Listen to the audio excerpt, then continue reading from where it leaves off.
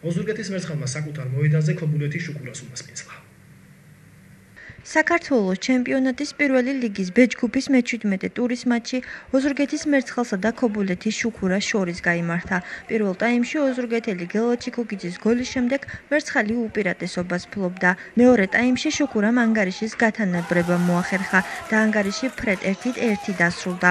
ოზურგეთის მერცხალმა პირველი წრე 15 ქულით მე-7 ადგილზე დაასრულა. კარგი წინააღმდეგობა გაგვიწია. წინააღმდეგე ჩვენ ვიცნობდით ძალიან კარგად აი ამ გუნდს, ვიცოდით რა ძალის გუნდი იყო.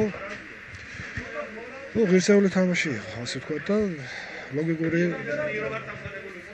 ლოგიკურად დამთავრდა, ასე ვთქვათ. შეიძლებოდა კიდეც მეტის გაკეთება, მაგრამ მე გაყოფილი ვარ გუნდის ორი გუნდის თამაშით.